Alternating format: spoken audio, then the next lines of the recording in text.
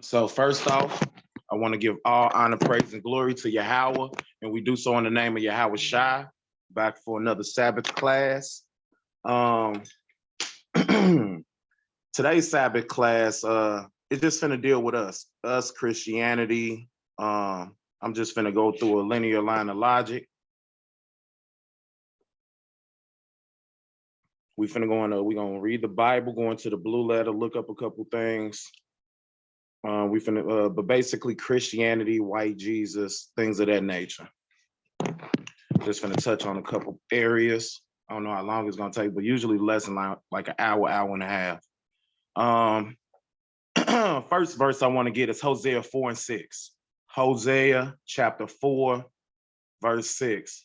Because we got our people walking around, you got heathens that care about Israelites more than a lot of Israelites care about being Israelites, right?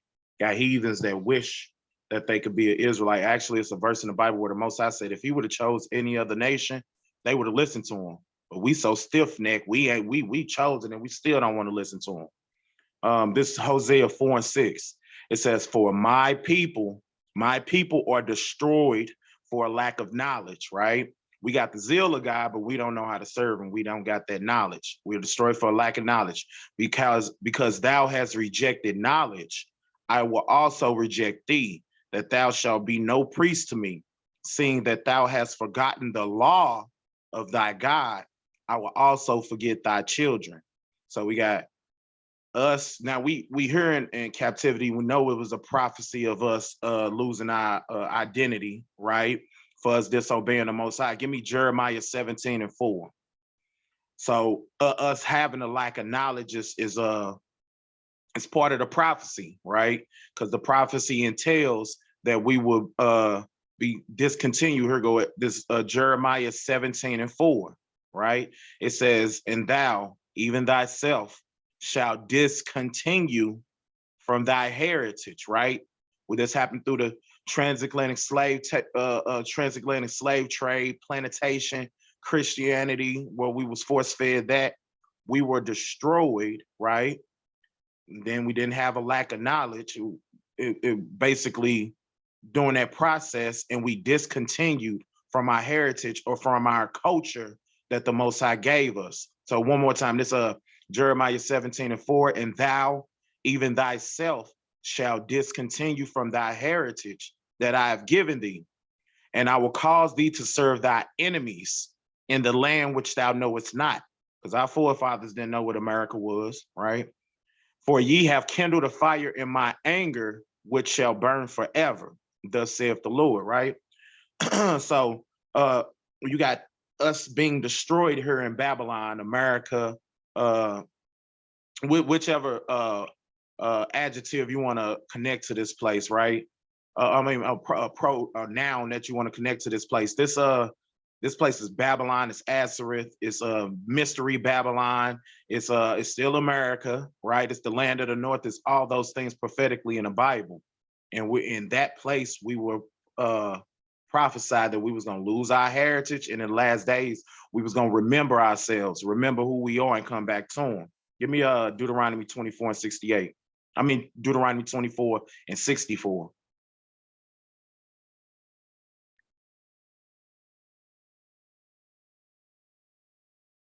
28:64.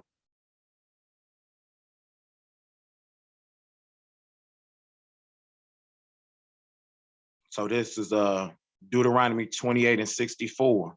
And the Lord shall scatter thee among all people. Now we know Israelites, or so quote unquote black and brown people, are scattered in every nation, every corner of this earth, right? And in every country on this earth, there's a place called ghettos. If you look up the word ghetto, it tells you a place where the Jews reside, right? And these ghettos are run down places, right?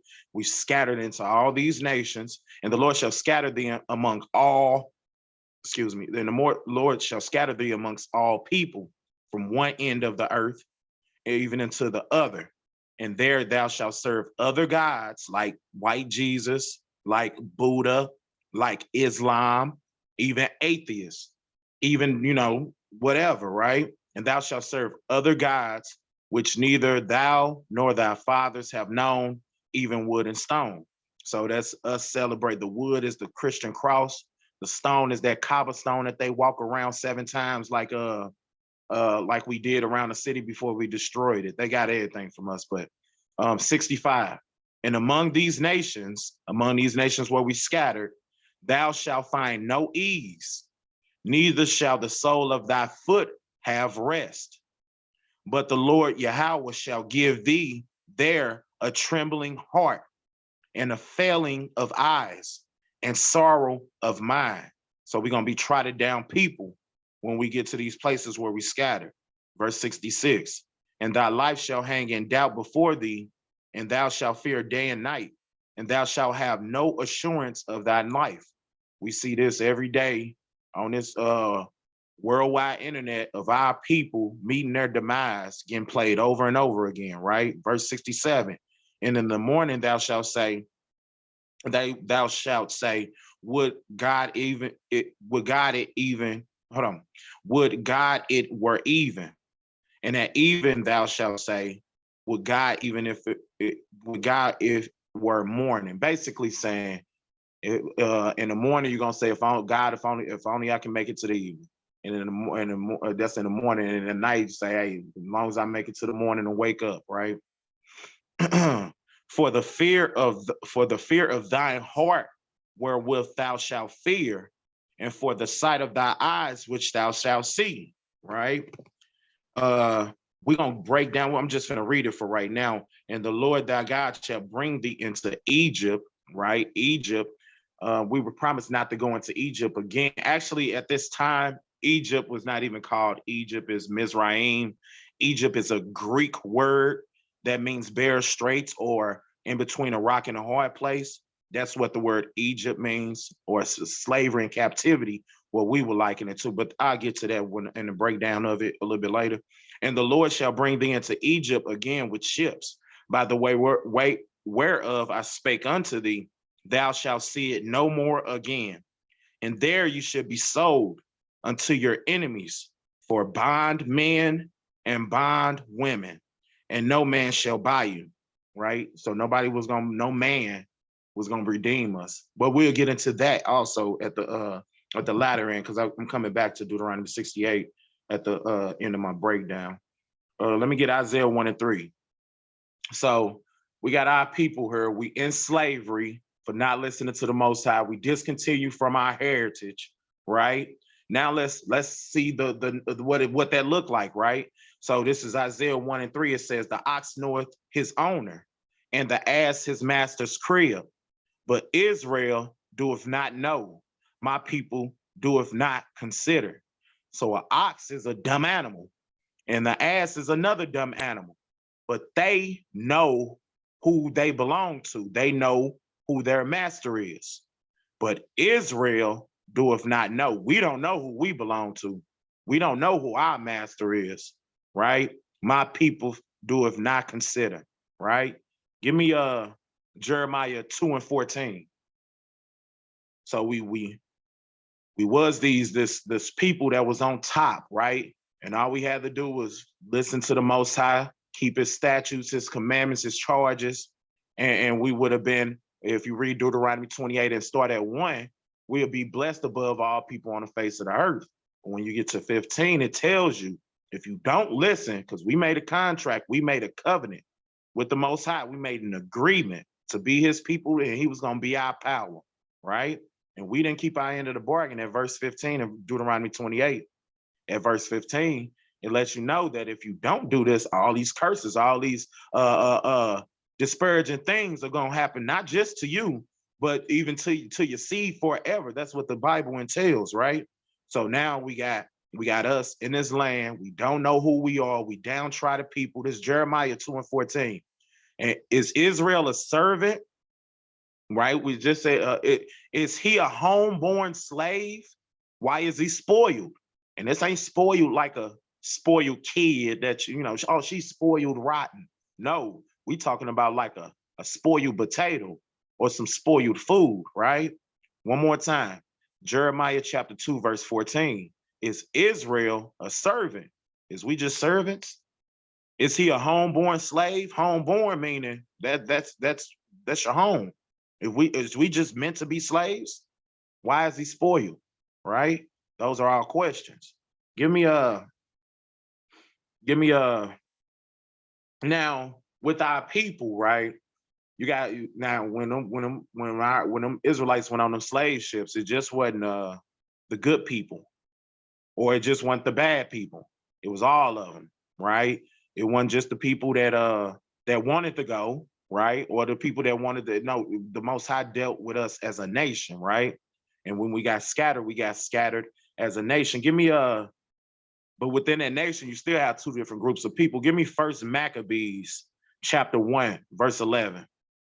Because you are also within this us going off, you know, some of us chose to go off, right? Wanted to go off, so to speak, right? This First Maccabees chapter 1, verse 11. And in those days, this is in a Greek captivity, our first captivity to the Caucasians. It says this First Maccabees chapter 1, verse 11. This is when we actually became Greeks. If you don't have this, you don't know what the Greeks are in the New Testament. But let's keep going. In those days when there went out of Israel wicked men, so out of Israel there went wicked men, who persuaded many, saying, let us go and make a covenant. Now, we made a covenant with the Most High, but let's see who these wicked Israelites gonna make a covenant with. They said, let us go and make a covenant with the heathen that are round about us. For since we departed from them, we have much sorrow, right? So they want to make a covenant with the heathens. They said we doing bad. The heathens, the only people that can help us. They ain't look to Yahweh, Ba'ashem Hamashiach Yahweh Shai in the Hebrew, right? Who people ignorantly call Jesus Christ and the Lord, the Father. He didn't look for the Father and the Son. They didn't look for the Father and the Son. They said, hey, let us go make the covenant with the heathens, right? We've been very much sorrow since we ain't been with them. Verse 12. So this device pleased them well. Verse 13, and certain of the people were so forward therein, so they were so much with it, that they went to the king, who gave them license to do after the ordinances of the heathens, right? Whereas they built places of exercise at Jerusalem according to the custom of the heathens. The place of exercise is a gymnasium. If you look it up, that's where Caucasian grown men will have prepubescent boys, 10, 11-year-old boys working out naked. That's where the word gymnasium comes from. That's what this verse means in verse 14. If you look up the Greek, particularly the Greco-Roman Empire, they had these things called gymnasiums where they worked out. It was it's called pederasty, similar to the word pedophile. Pederasty was where they was working out with the little boys, and you know, you could get the rest through the read between the lines. That's what verse 14 is talking about. So these Israelites, they wanted, it wasn't all forced, right? So you have these Israelites that wanted to go after the heathens. They was all down with it. But then you got the other set of people that was forced. They got killed. They was trying to celebrate the Sabbath in caves, getting killed, right? Give me 2 Maccabees 6 and 6. They was getting killed. You had to kill them to stop them. And then you had other Israelites say, they was like, hey, we were jive, right? So this 2 Maccabees 6 and 6, it says, neither was it lawful for a man to keep the Sabbath days, right? So this in a Greek slavery, they said you can't even keep the Sabbath days or ancient fasts, right? Like the Day of Atonement. You can't keep none of that. Or profess himself at all to be a Jew. You couldn't even call yourself an Israelite.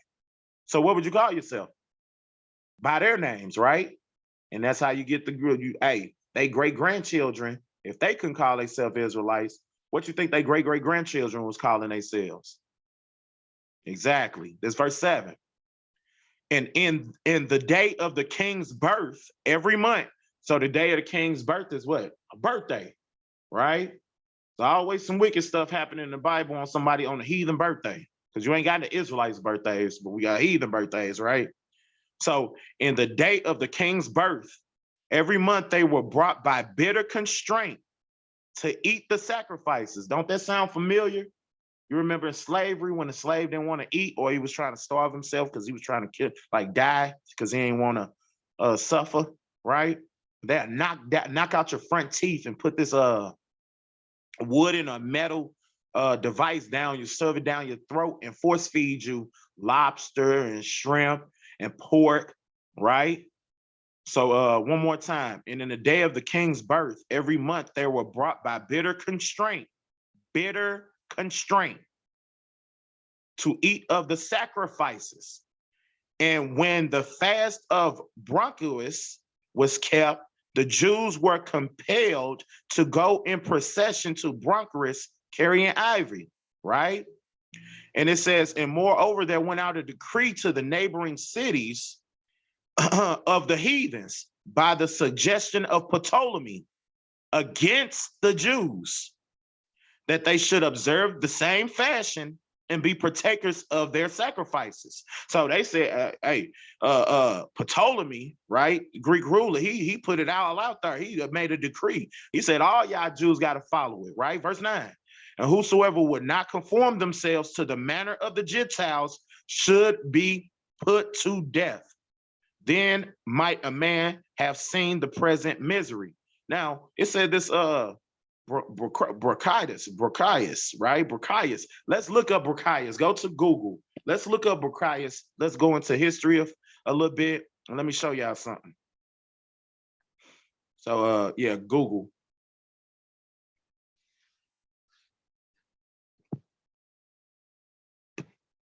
Now, this the Greek captivity, Brocchius. Go to the top one. Brocchius, Greek god celebration, pagan holidays. All right. And click on the one at the top, celebrating pagan holidays, Roman festival of Brocchius.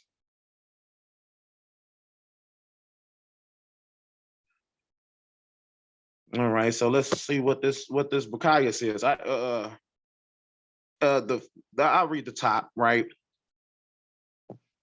It says a Roman festival of Brocchius, usually referred to as the Brocchia Annala, was a series of feast days held in honor of Brocchius, the Roman god of wine, ecstasy, freedom, fruitfulness, vegetation, and was always up for partying, right?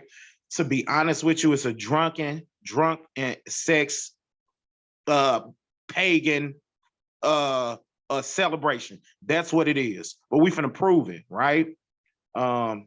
Keep going, go down.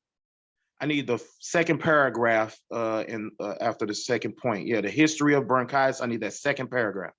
It says, everyone, right there, everyone could participate even if they were slaves. Who was the slaves in the Greco-Roman Empire?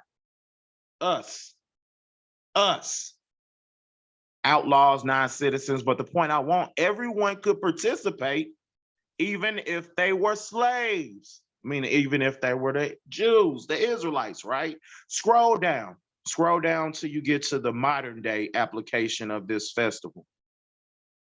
The birth of them, the cult, the mysteries, and the Roman tried to blah, blah, blah. Right there, the modern pagan celebration of the festival of Brocchius. So let's see.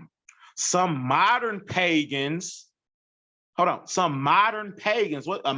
pagan is, a devil worship. So a modern pagan, or somebody that's doing this present day, a modern pagan usually celebrates the festival of Brocchius in October, but others celebrate it in March.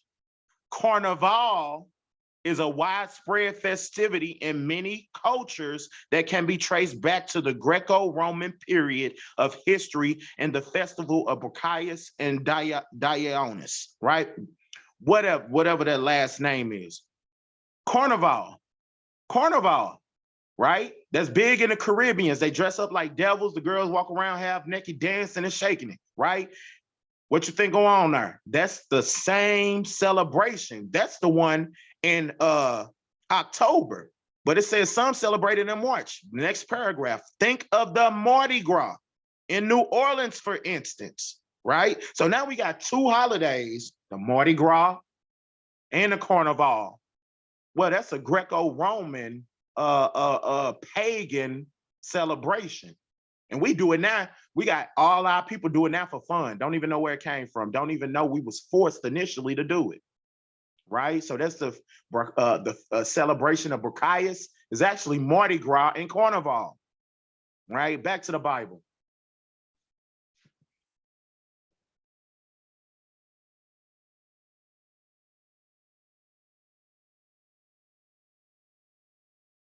I'm gonna read actually I'm give me so let's recap, right? We made the covenant with the Most High, we broke it, we got scattered, right? We lost our identity, we lost our culture, we lost our heritage, we don't know who we are, right? Animals know who their owner is and who they belong to, but we don't. We groping at noonday. Give me that in Deuteronomy 28. Groping at noonday, groping in dark, groping at noonday as if it was dark. I'm butchering it. It's like around, go to 40. Scroll down to 40. Let me see if it's somewhere around there.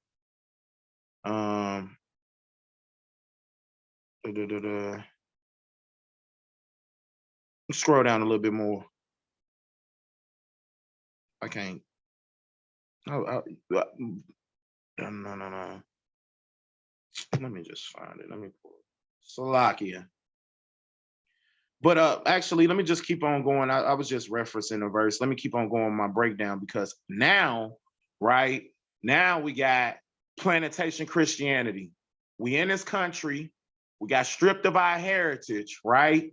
And then here comes the great old, good old white Jesus, right? Christ ain't white, no page in the Bible, right? The Israelites are all brown. We're gonna get a little bit into that, but then we got white Jesus, force fed to us in the plantation Christianity, right? We know what plantation Christianity is. God white, Jesus white. Everybody can be saved. We just niggas and we got to sit here and take it. There's no reciprocity. There's no reciprocation. There's no justice for the slaves, right? That's plantation Christianity. It don't matter if you were slaves for 500 years. Jesus loved them too. Right?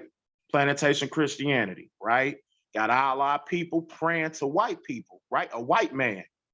And then you wonder why we coons, right? We praying to white people.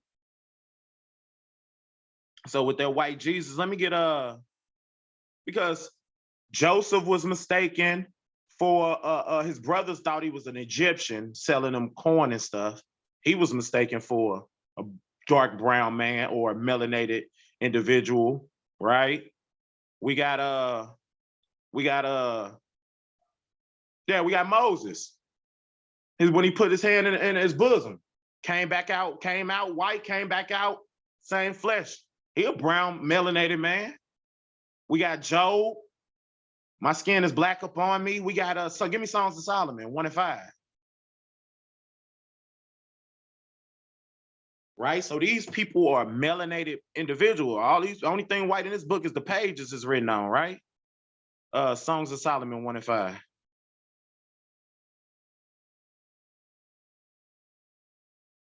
Right? So this Songs of Solomon 1 and 5. I am black but comely. You look up that word comely, it means beautiful. Oh, ye daughters of Jerusalem.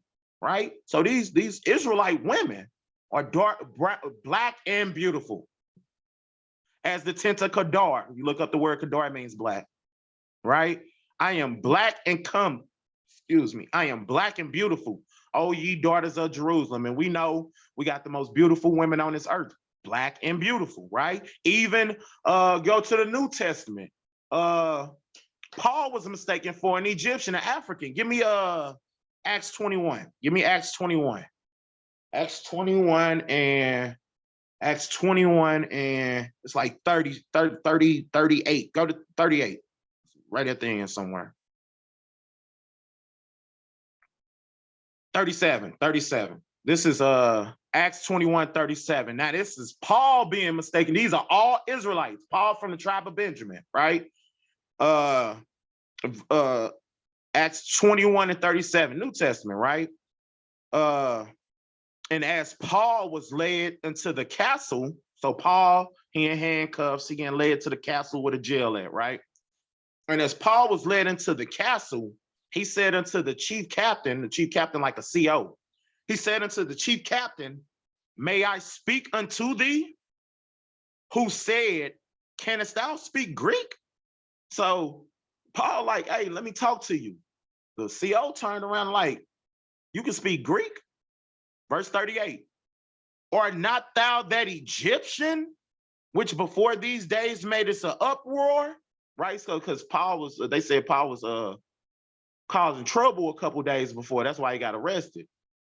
He said, hey, you can speak Greek. Ain't you that Egyptian that was causing all that trouble the other day? How can you speak Greek?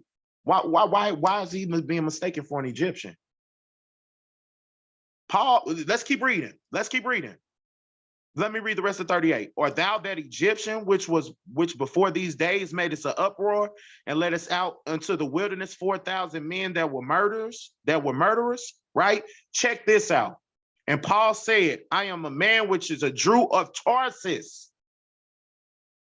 Hey, y'all want to know why Paul went to the Israelites, or the quote unquote, what they would call Gentiles or Greeks, or the Israelites that was Greeks?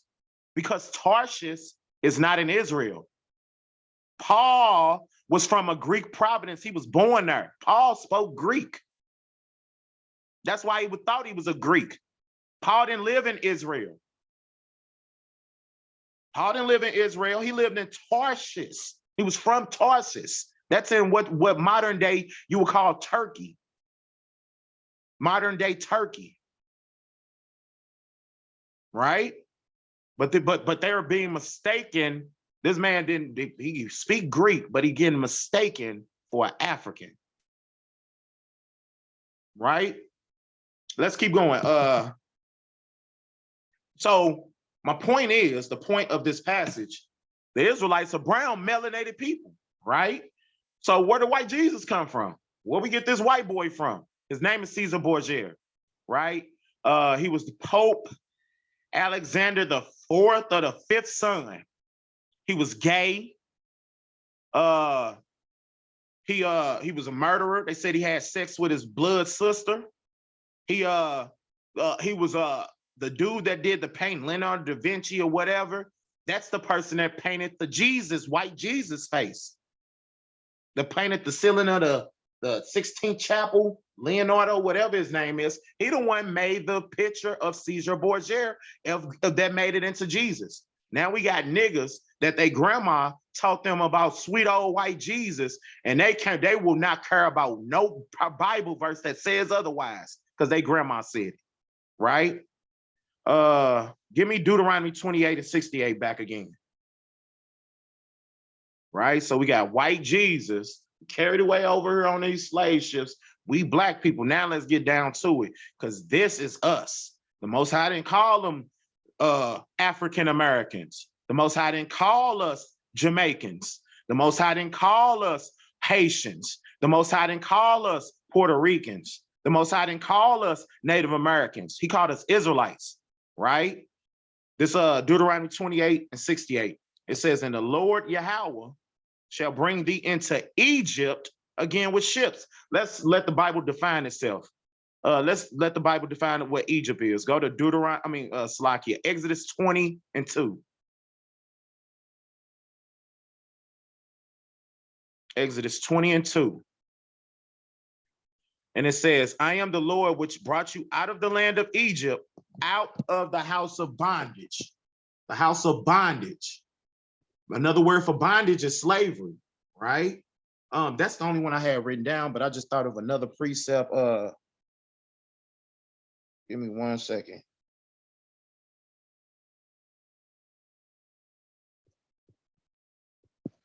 Give me the book of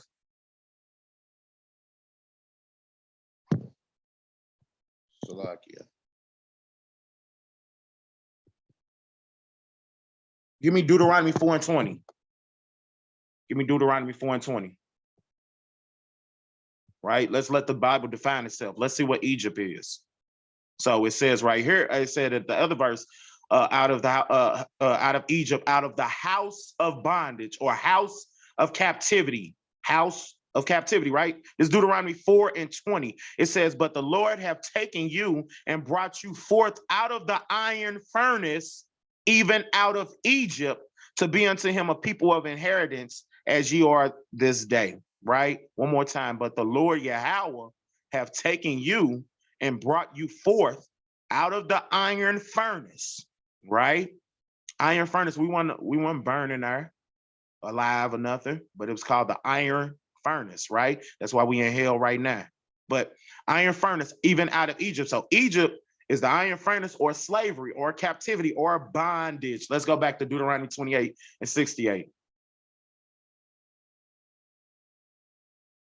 Actually, I got one more verse. I went a little fast. We was just talking about the people being black in the Bible. Go to Acts 13:1 before I get too far away from it. Because again, after Paul was mistaken for an Egyptian in the New Testament, let's see what the Israelites were being called, derogatory names. Let's see what they were being called, right? So this is Acts chapter 13, verse 1. Give me a second. I'm finna pull it up in my blue letter also.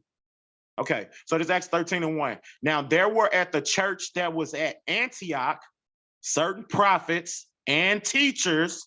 So we got prophets and teachers, these people with the Most High.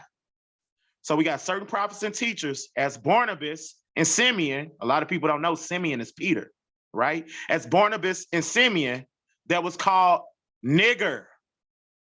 Now, some people say, oh, no, that's Niger. It's country Niger. Well, the country named Niger was named in the 1800s, right? This is Niger, they say. Well, let's see how it's actually pronounced in the Greek, which the language it was written in.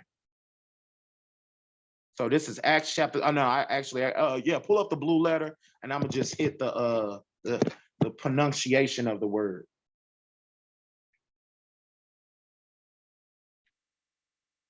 Acts 13.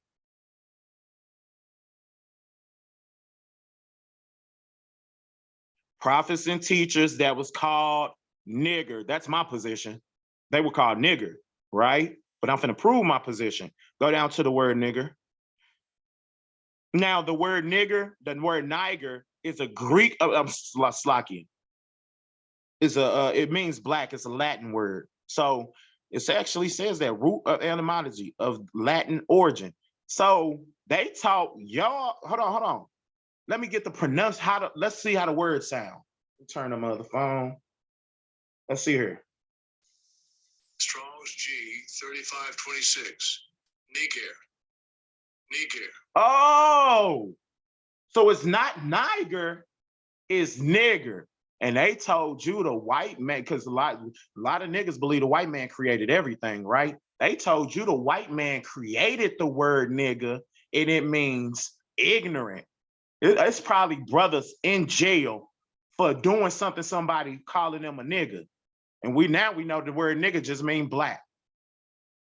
Just mean black, right? Why are the people in the Bible that's prophets and teachers being called, one more time? Strong's G 3526. Nigger. And what's the definition of the word? Black. Let's go back, y'all. Let's go back. People in the Bible, these are us. This is us. But he ain't call us Afro-Americans, right?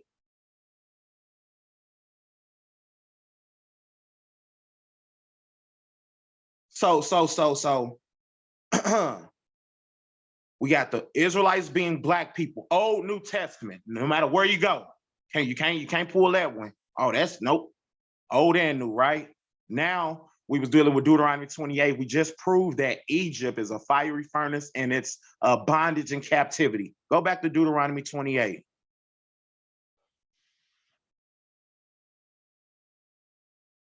And 68. All right.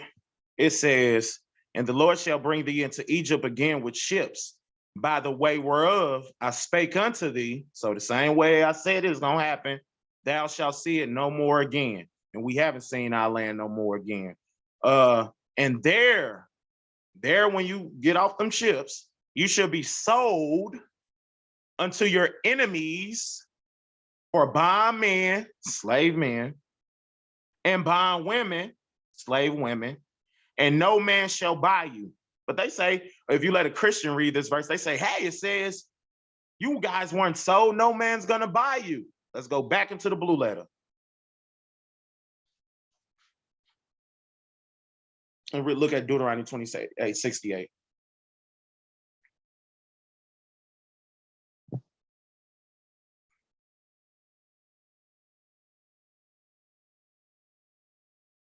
Deuteronomy 28, verse 68. And we finna look up that word buy, and no man shall buy you. I think it's a phrase, not just a word. Shall buy. Go to that last one. H70 69. And now, actually, we was looking at outline of biblical usage. Scroll down a little bit. It means to get, acquire.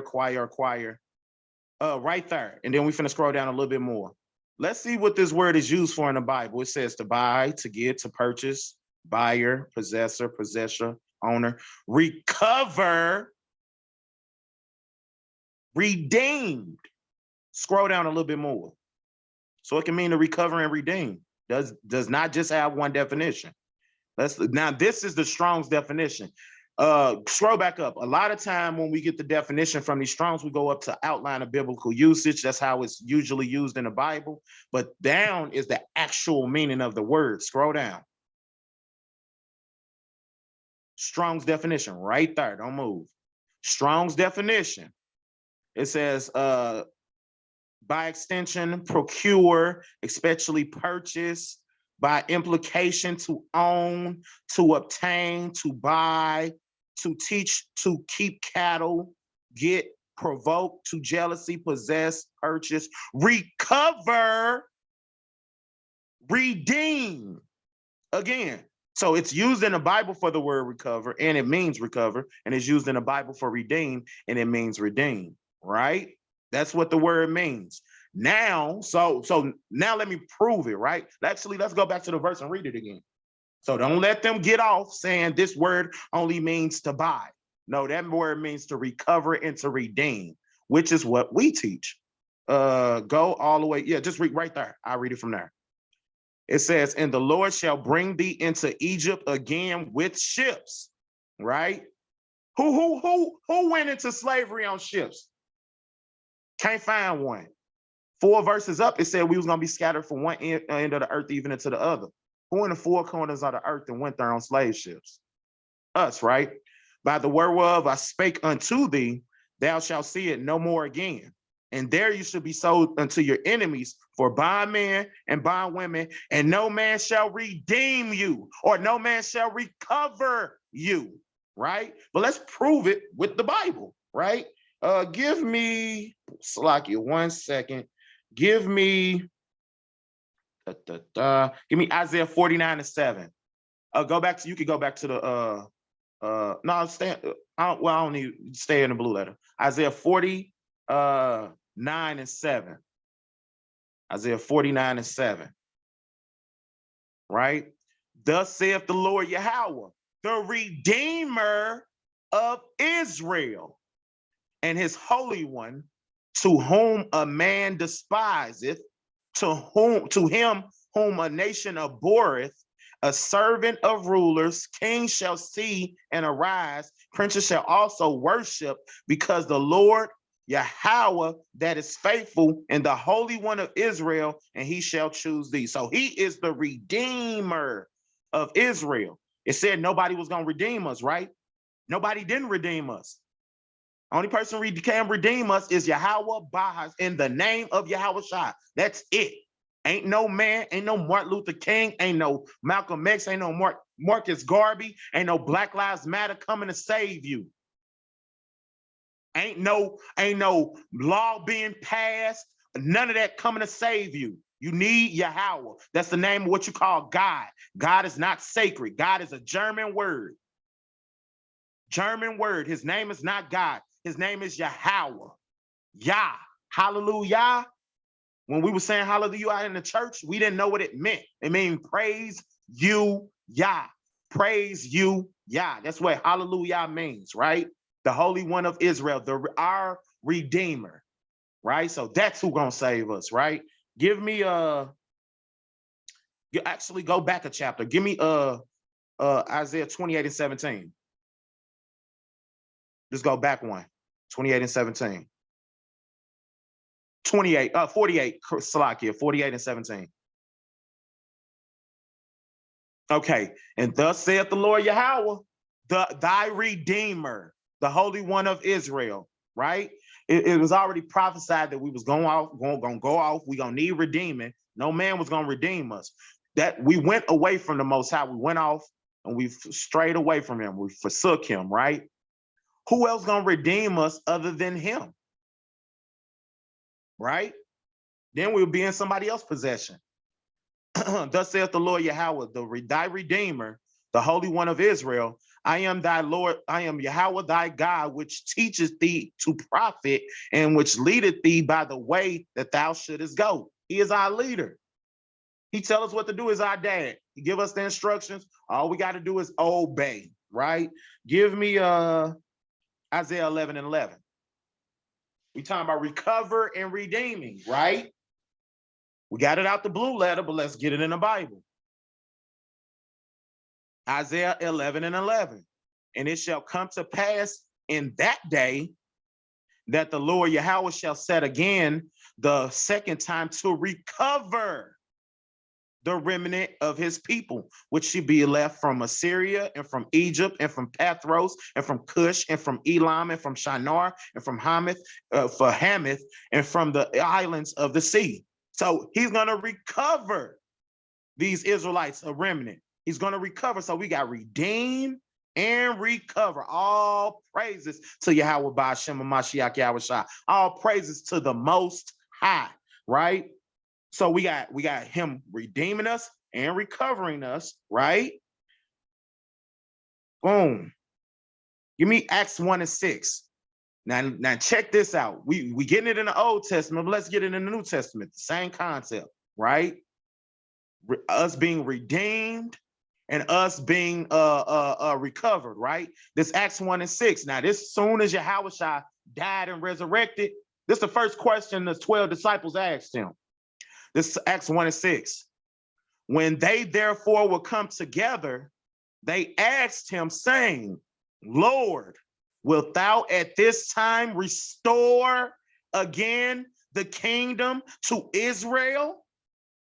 They go to restore again. This is the first question. So that's a cut to everybody saying that the Christ and the disciples going around trying to save everybody.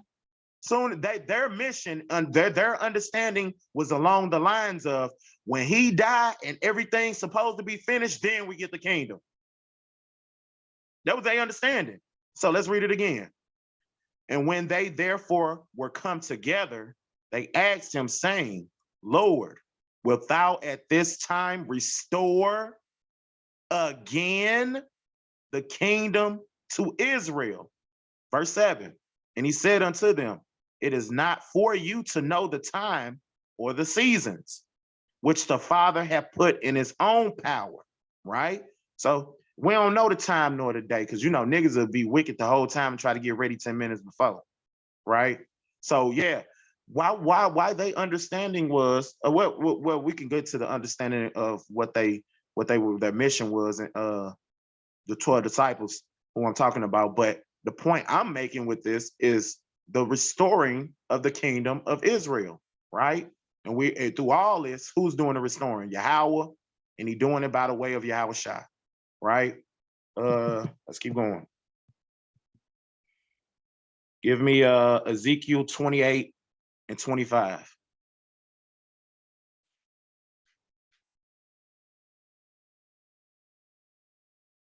All praises. Yeah, Ezekiel 28 and 25. 28 and 25. And it reads, thus saith the Lord Yahweh thy God, when I shall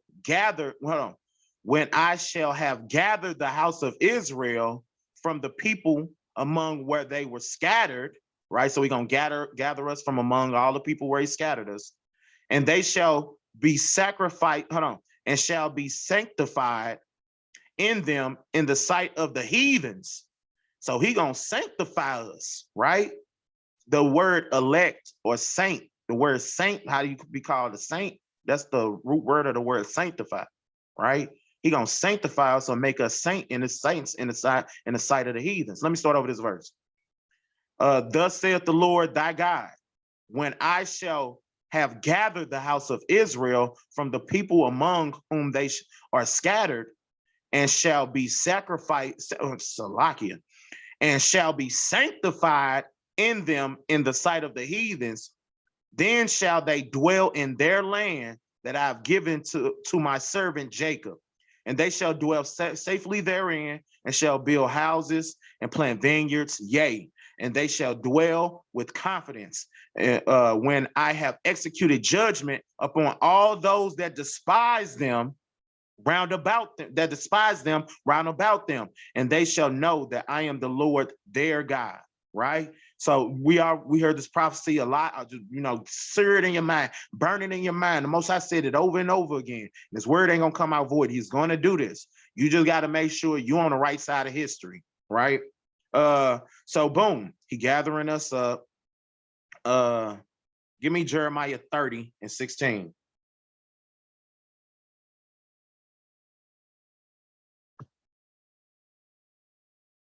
This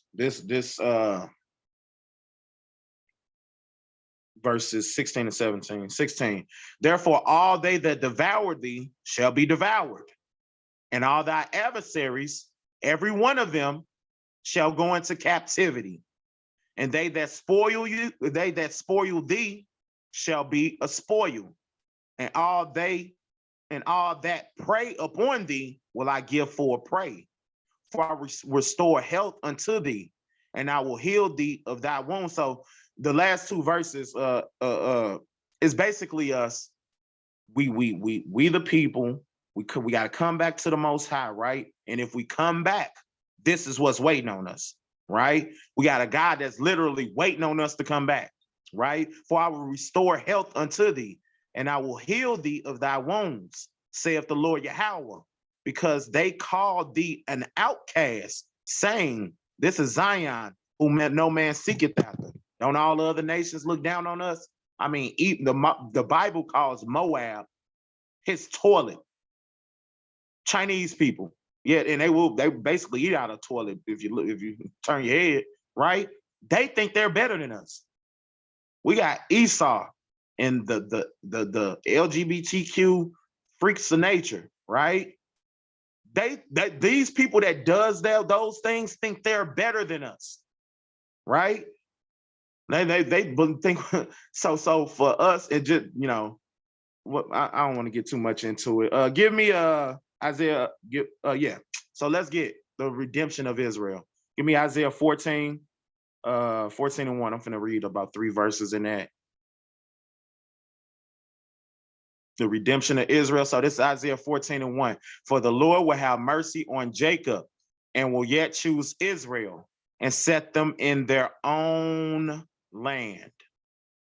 And the strangers shall be joined with them, and they shall cleave to the house of Jacob.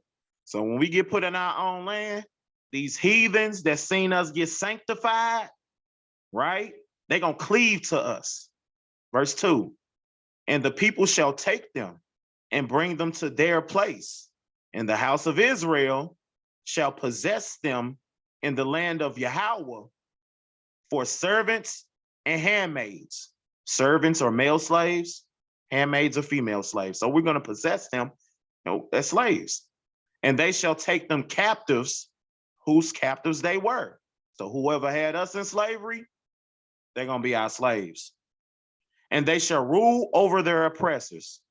Whoever oppressed us, we're going to be their rulers.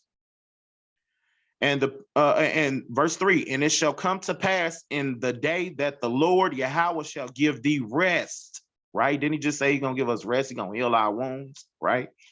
And it shall come to pass in the day that the Lord, the day that the Lord shall give thee rest from thy sorrow and from that fear, and from the hard bondage, right? We was going back in bondage on ship, and from the hard bondage wherein thou was made to serve, right? So this is our redemption. You got us not listening, going into slavery, getting scattered. You dig what I'm saying? Losing our identity. We got force-fed white Christian. I skipped a couple things. We was talking about white Jesus, right? White plantation Christianity. Go to Google. Go to Google. Let me do something real quick. Go to Google. Because we say Jesus, Jesus, oh sweet Jesus, right? Sweet Jesus, right? Click on that, exit out of that, and click on X out of that. Go to when the letter J was invented. Let's read this. Answer and explanation. Until the year 1524, there was no letter J in the alphabet. The letter J was originally the same letter as I. The father of the letter J is Gian Giorgio Torsinio, an Italian author and grammarian. He was into grammar, a grammarian who lived from 1478 to 1550. So the letter J was invented while we were slaves in slavery. Transatlantic slave trade have started in 1492. 1492, the first slave ship started sailing. So the letter J was invented while we were slaves. So what was his name if he lived 2,000 years ago? Because it couldn't have been Jesus. Go back to the blue letter. Just give me Matthew 1:1, I guess. Let's look up the name Jesus.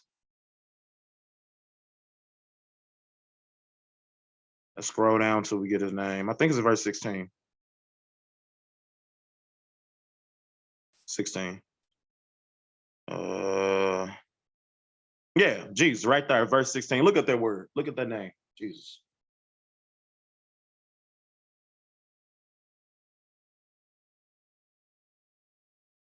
The letter J wasn't invented yet, right?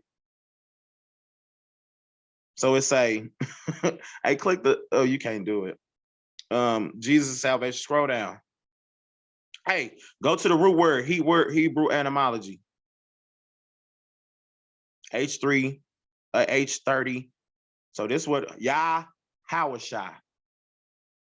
Yahawashai. They say Yahusha. Go back and let's read it, right? No. Let's read this.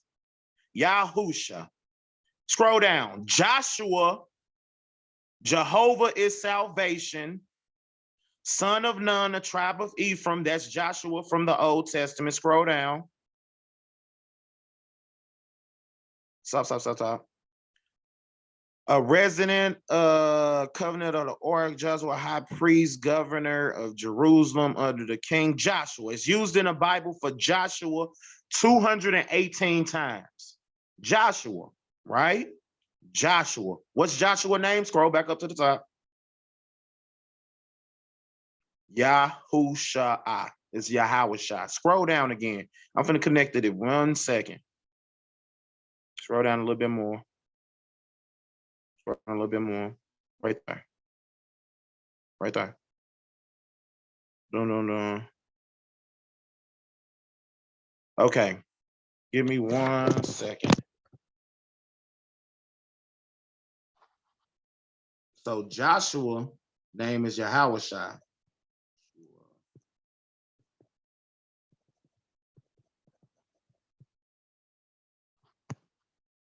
Give me is it the one in Acts or Hebrews? Let me look at both of them. Salaki, give me 1 second.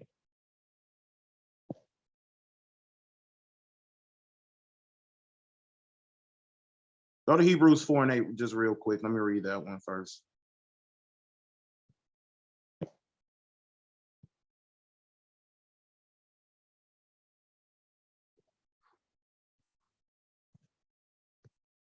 Because we finished looking at Joshua being called Jesus. Jesus ain't Joshua, got the same name. Neither one of their names was started with a J, saying that. Okay, this is Hebrews 4:8. For Jesus had given them rest when they would not afterwards have spoken another day, and there remained after the rest of the into the rest and ceased their own works and did this. The name of the scroll up one more verse, because this Jesus is not Yahweh Shai.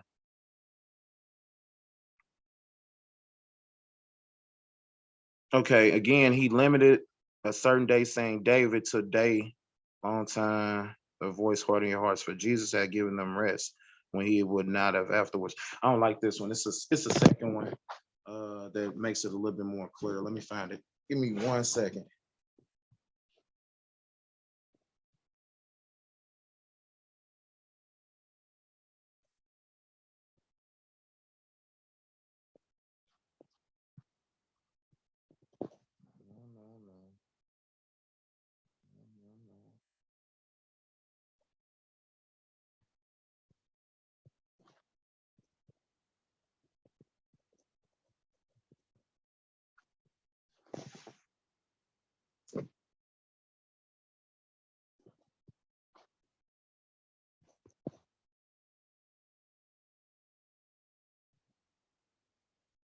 Acts chapter 7, verse 45.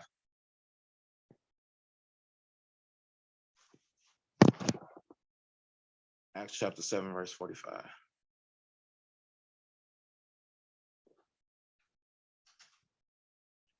Okay, this Acts 7 and 45. Which also our fathers that came afterwards brought in with Jesus into the possession of the Gentiles, whom God drove out before our faces of our fathers in the days of David. So let me read this one more time.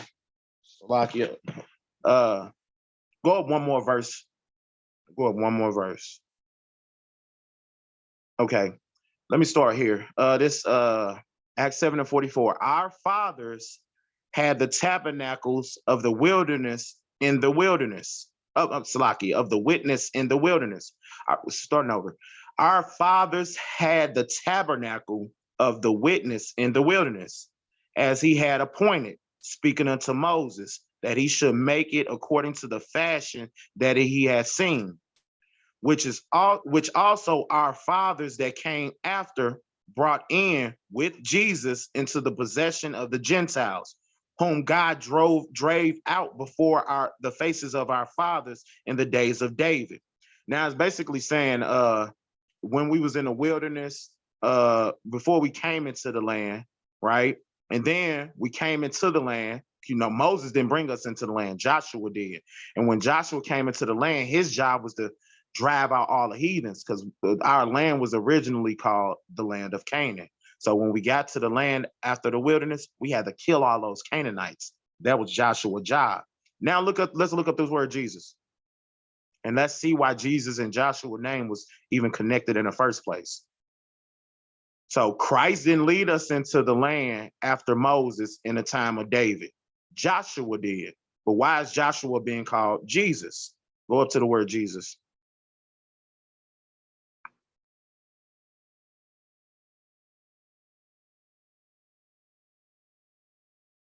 Scroll up to the word Jesus right there. Right? That says Jesus. Now let's read this one. Scroll down.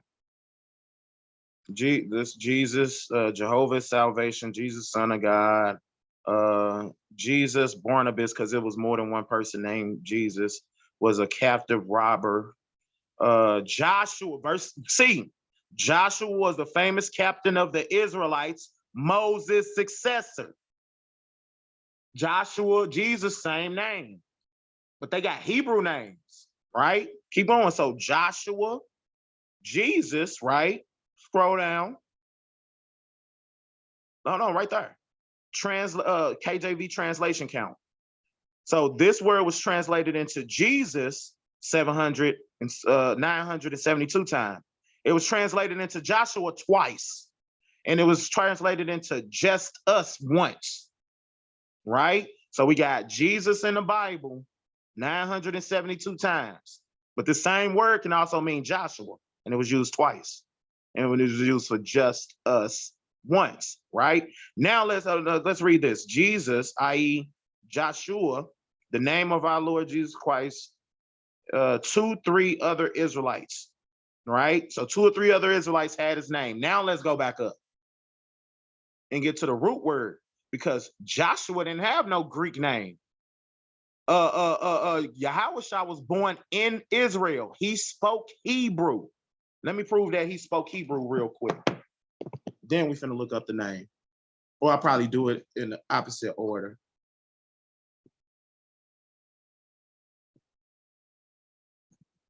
Okay, let me just do this first and then I get the Hebrew, Christ speaking Hebrew next. So I click the etymology of that word, root word etymology, yeah, click that. Jehovah, the existing one, the proper name of the true God, Yod-Heh-Wav-Heh. That's go back. That's the Most High name.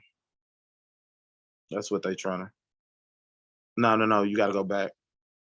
That's Yash Shop. That means save. Go back. One more time. There was it. So right here, okay, here go the word for Jesus. Click that, Hebrew of origin, because Joshua and Jesus got the same name, right? Right. Well, Joshua was right out of the wilderness. He was in the wilderness. He lived through the wilderness, helped us go into the land. That was a Hebrew name. And his name is Yahushua, right? That's how we get the name, right? That's how we come up with these names. These brothers' names were not Jesus. It wasn't Joshua. It wasn't Moses. It wasn't Mark. It wasn't Matthew. These are not their actual names, right? Then that's a conversation for another day.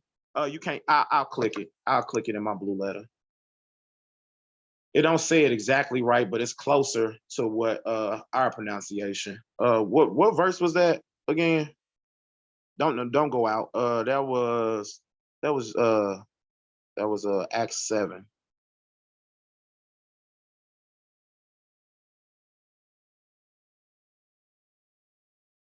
It was like 44.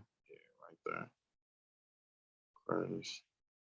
Give me 1 second. I'm gonna click on that pronunciation of that name. All right, that's how you say it. Strong's H 3091. Yehoshua. Now these people And don't Yehoshua. Yehoshua. All right. So don't let them dictate your pronunciation. We're just using it as a baseline for intelligence, or a baseline of scholarship. We don't get our intelligence from them. We just use it because we didn't write, we don't have any print presses. We didn't print up any of these things, but we can utilize them to connect the dots in our understanding. Right? Yahushua. That's Christ's name. The letter, back to the letter J. It didn't even exist in its time. It was invented while we was on a plantation. That's when the letter J came about. And then they came with plantation Christianity. Came with a slave Bible, right? Do you remember that slave Bible where they had to remove 75% of the Bible? Why did we have to do that? If the Bible was just all like, let's take it from the Christianity understanding. If this Bible says God saved everybody and God loved everybody, why did they have to make a slave Bible in slavery? Why did they have to take out 75 to 85% of the book and then give it to us? Because the book don't say what you think it said. It's like the same Christians that says, oh, the Old Testament done away with. You got that from white. Then that's the problem with white people teaching us the Bible. He done taught you to disregard 75% of the book. Don't even read it. It don't matter. Just imagine somebody telling you, oh, this is the Bible, this is God's word. If you read any part of God, and then they're going to tell you 75% of it don't matter. Right? That's what happens when you getting taught by the devil. The word devil means deceiver. He deceived you. He deceived all of us, right? And it's high time for us to wake up out of slumber and come back to the Most High. I want to just get that with the little Jesus point. It probably would have sounded a little bit better if I would have did it within the flow of the breakdown, but I couldn't skip over it. Jesus' name, it ain't no Jesus, it ain't no J. right? It ain't no none of that. His name is Yahushua. He had a Hebrew name. The letter J wasn't even existed when he walked this earth, right? Oh, let me prove the point that he spoke in the Hebrew real quick. Give me Acts 26 and 14.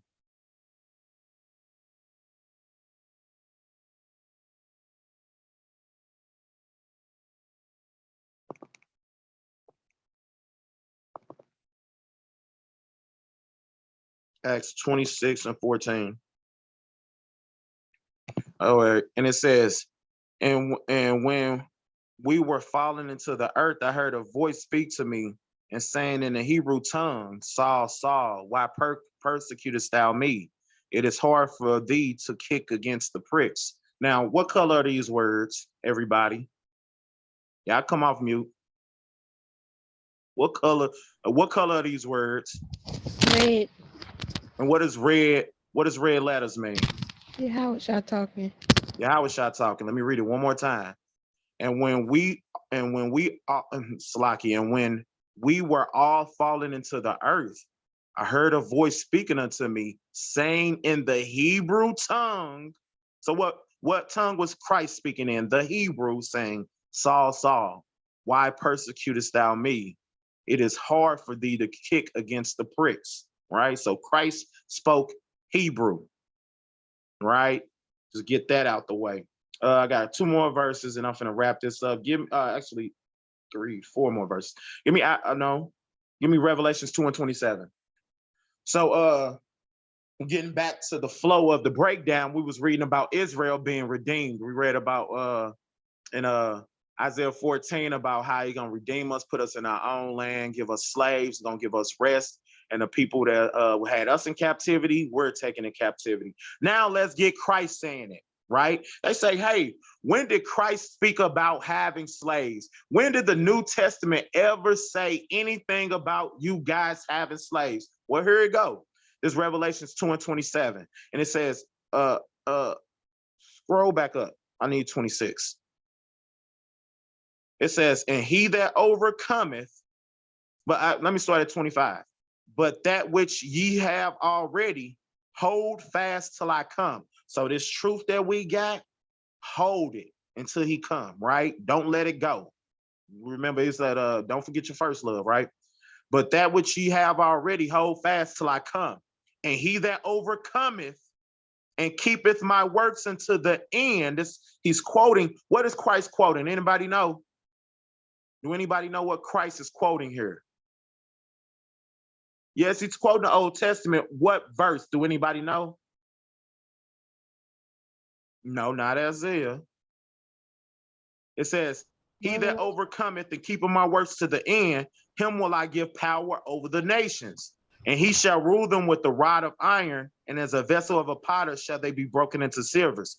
He's quoting the Psalm of David. Go to Psalms chapter 2. Christ is quoting David, the Psalm of David. He's quoting Psalms chapter 2. Let's read Psalms chapter 2. Then let's go back to Christ's words. So I'm going to read Psalm chapter 2. It says, why do the heathens rage? And why do people imagine a vain thing? A vain thing like everybody can be saved, right? So why is the heathen raging? Because they can't get saved. And why do the people imagine a vain thing? The kings of the earth set themselves and the rulers take counsel together against the Lord and against his anointed, saying, let us break their bands asunder and cast away their cords from us. He that sitteth in the heavens shall laugh. What the Most High gonna do? Laugh. And the Lord shall have them in derision. He gonna have them delusional. They shall when shall he speak unto them in his wrath and vex them in his sore displeasure? So he gonna speak to the heathens in the wrath, right? Yet I have set my king upon my holy hill of Zion. Who is this king? Yahushua. He set it upon Zion. And I will declare the decree the Lord hath said unto me, thou art my son, this day I have begotten thee. Ask of me, here go what Christ was quoting, y'all. Pay attention. Ask of me, and I shall give thee the heathens for thy inheritance, and the uttermost parts of the earth for thy possession. Thou shalt break them with the rod of iron, and thou shalt dash them into pieces like a potter's vessel. Be wise now, therefore, O ye kings, and be instructed, and ye judges of the earth. Serve the Lord Yahweh with fear and rejoice and with trembling. Kiss the Son, lest he be angry, and ye perish from the way. When his wrath is kindled but a little, blessed are all they that put trust in him. So it's talking about Yahushua, and it quoted what Yahushua quoted. Now let's go back to Revelations 2:26. Ask of me, and I will give the heathens for our inheritance. That's deep. This is Revelation 2:26.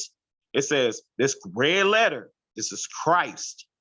And he that overcometh and keepeth my works to the end, him will I give power over the nations.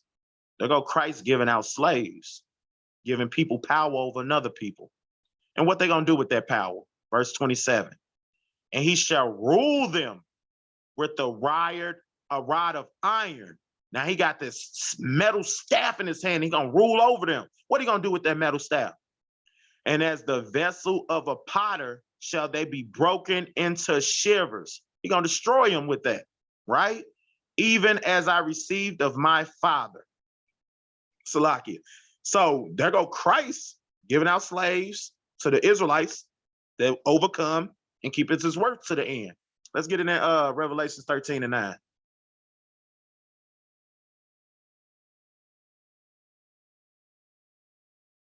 This is Revelation chapter 13. We're going to start at verse 9. It says, and if any man have an ear, let him hear. He that leadeth into captivity shall go into captivity. He that killeth with the sword must be killed with the sword. Here is the patience and the faith of the saints. So them going into slavery is inevitable, right? You could try to use sweet Jesus to try to do away with Yahweh words, but it doesn't work like that, because Yahweh, not Jesus, but Yahweh spoke the same thing that the prophets and the fathers spoke, right? It's all one. He said, I come in the volume of the book. He didn't say I come in the volume of the New Testament, right? So let's see here, where were we at? Give me Revelations 14:12. Next chapter over. Verse 12. And that's what we doing, y'all. And this is how we gonna get saved. This is Revelations 14, verse 12. And here is the patience of the saints, right? Actually, go back to 13:9. I ain't read that all the way through.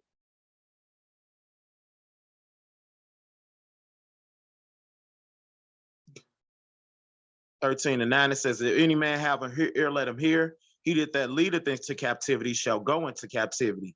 He that killeth with the sword must be killed with the sword. Here is the patience and the faith of the saints. So the saints are patiently and faithfully waiting for this verse to happen, right? Let's see what else the saints doing. Now let's go to 14:12. So the saints are patiently waiting to put those in captivity that put them in captivity. That's what the saints patiently waiting on, right? So this Revelations 14:12. Here is the patience of the saints. Here are they that keep the commandments of God and the faith of Hamashiach Yahushua, right? And that's what we teach. That's what we believe. We don't believe in just faith. Faith without works is dead. We believe in keeping the commandments. We do not believe in just keeping the commandments. You need Yahushua. You need the Savior, right? You need them both. It works hand in hand, right? So one more time, this Revelations 4:12, it reads, and here is the patience of the saints. Here are they that keep the commandments of God and the faith of Hamashiach Yahushua. And I'm going to end it on this, right? Give me Romans 13:23. It's the last verse. Romans 13:23. So we're talking about Israelites. We're talking about us going through the curses, us being redeemed by Yahushua, us keeping the law, statutes, commandments, and the faith. But let's see who Yahushua was sent for. Give me Romans, not Romans, Acts 13:23.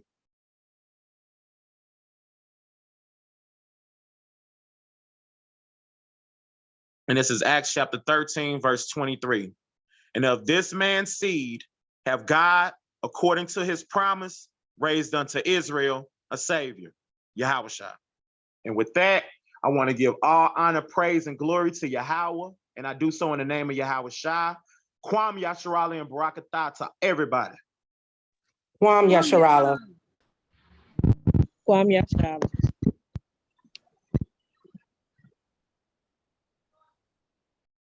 Where you at, Jordan?